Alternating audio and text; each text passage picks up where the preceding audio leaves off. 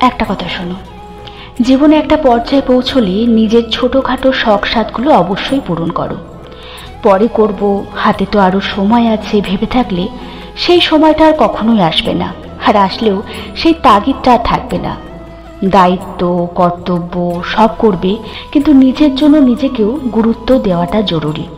কেননা একটা সময় পরে এটা তোমার মনে হবে কত কিছু তো করতে পারতাম জীবনে, কিন্তু করলাম না। তখন যে সেই আলতো আফসোসটা হবে, সেটা তুমি ছাড়া কেউ বুঝবে না, আর বোঝাতে ইচ্ছেও করবে না।